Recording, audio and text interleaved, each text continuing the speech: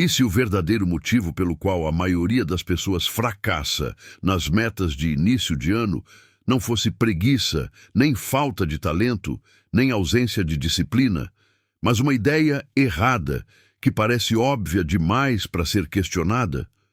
E se a motivação, tão celebrada como solução, fosse exatamente aquilo que mais sabota qualquer tentativa de constância? Porque motivação é como clima, muda sem pedir licença. Um dia ela sopra a favor, no outro vira contra. Se você só age quando sente vento bom, sua vida vira uma coleção de começos. E janeiro é o palco perfeito desse engano. Muita intenção no dia 1, muita negociação no dia 2. O segundo dia do ano costuma ser revelador. A euforia da virada já passou, as mensagens diminuíram, o silêncio retorna. As promessas continuam ali, mas algo começa a falhar. A energia já não é a mesma.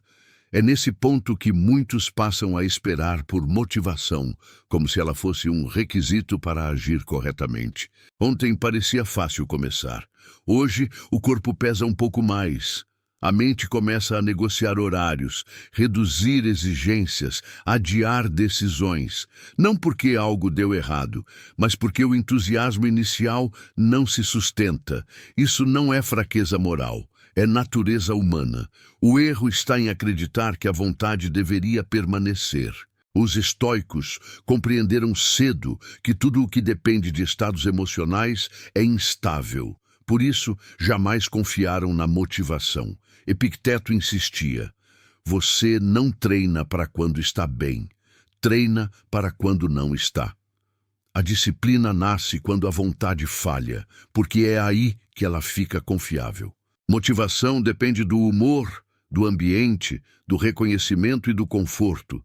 Basta uma noite mal dormida, uma crítica, uma chuva, um imprevisto, para ela desaparecer. A disciplina não. Ela se mantém quando ninguém observa, quando não há aplauso e quando o resultado ainda está distante. Disciplina constrói, motivação só visita. Observe a vida cotidiana. Você decide acordar cedo, mas o travesseiro vira argumento. Você decide estudar, mas o celular oferece distrações rápidas. Você decide treinar, mas o cansaço pede desculpas em seu nome.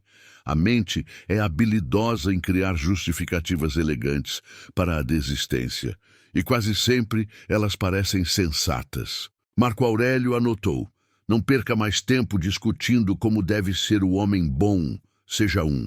Essa frase corta a negociação pela raiz.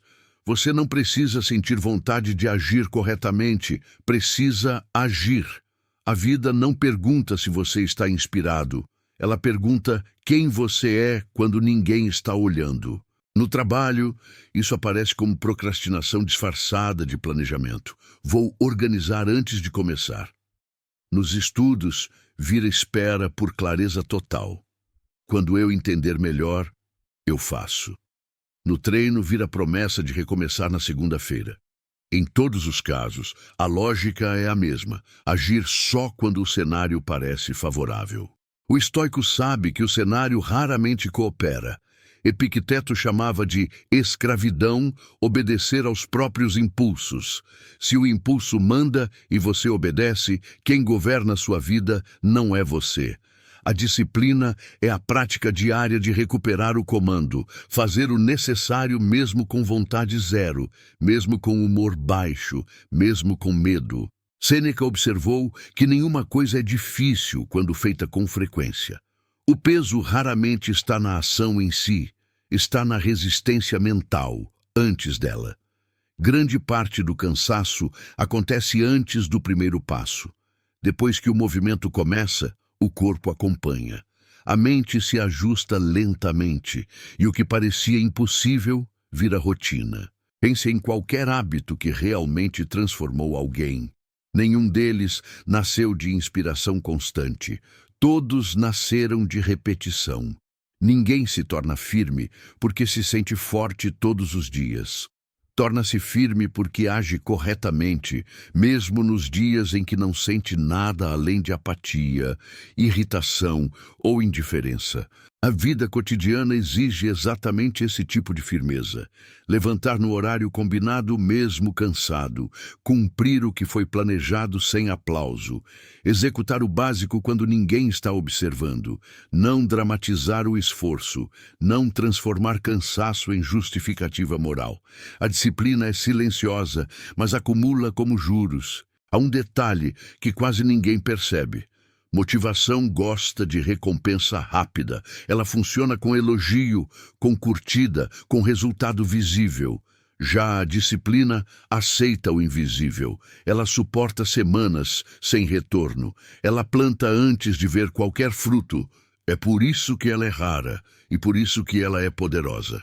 Marco Aurélio lembrava a si mesmo de manhã: hoje encontrarei gente ingrata, insolente, egoísta, não para ficar amargo, mas para não depender do clima do mundo. Isso é disciplina mental. Você não controla o dia que recebe.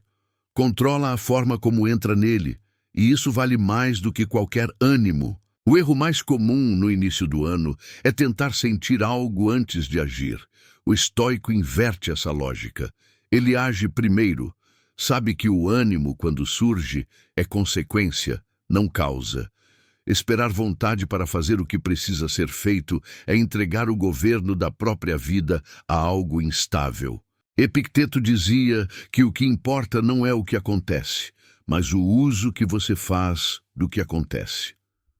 O segundo dia do ano é pequeno, e justamente por isso é valioso. Ele não pede heroísmo, pede constância, pede que você sustente o que decidiu ontem, quando estava animado, mesmo que hoje esteja comum. Faça um teste simples. Quando bater a preguiça, não discuta com ela. Trate-a como ruído. Levante e execute o primeiro minuto da tarefa. Apenas 1 minuto. A disciplina começa no primeiro minuto, não na grande vitória. Depois de começar, você verá que a vontade não era requisito. Era apenas uma visita que você confundiu com lei. O exercício de hoje é direto. Escolha uma única ação que você havia planejado para este início de ano. Não a maior, não a mais difícil, apenas uma. Execute hoje, mesmo sem vontade. Não espere disposição. Não negocie consigo mesmo. Faça com calma, mas faça inteiro. Faça como dever, não como humor. Ao final do dia, talvez você perceba algo inesperado. Não que ficou motivado, mas que ficou firme. E firmeza vale mais do que entusiasmo. Motivação vai e vem conforme o humor. A disciplina permanece mesmo quando o dia é comum e o esforço não chama atenção. Ela cria respeito próprio, que é mais raro que aplauso. Agora vem o ponto que muda tudo. Disciplina não é para dias difíceis, é para dias comuns, porque são eles que compõem a maior parte da vida. O caráter não se constrói na emergência, se constrói na rotina. Não se prova no espetáculo, se prova no repetido. O ordinário é o verdadeiro tatame. E aqui está o plot twist. Você não perde as metas por um grande fracasso. Você perde por pequenas concessões que parecem inofensivas. Só hoje, só desta vez, só porque estou cansado. A vida não desmorona de uma vez. Ela se desorganiza em migalhas diárias. Se quiser tornar isso mais concreto, pratique um desconforto voluntário hoje. Um banho mais frio, uma caminhada sem música, 5 minutos sem reclamar.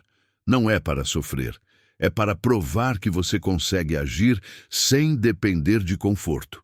Como dizia Sêneca, é útil ensaiar a pobreza para não temer a perda. Disciplina não é fazer mais, é deixar de negociar o que já foi decidido. É cumprir o básico quando a mente pede exceção. É escolher o correto quando o prazer sugere atalho. Isso foi o diário estoico de hoje. Treine a mente. Amanhã seguimos.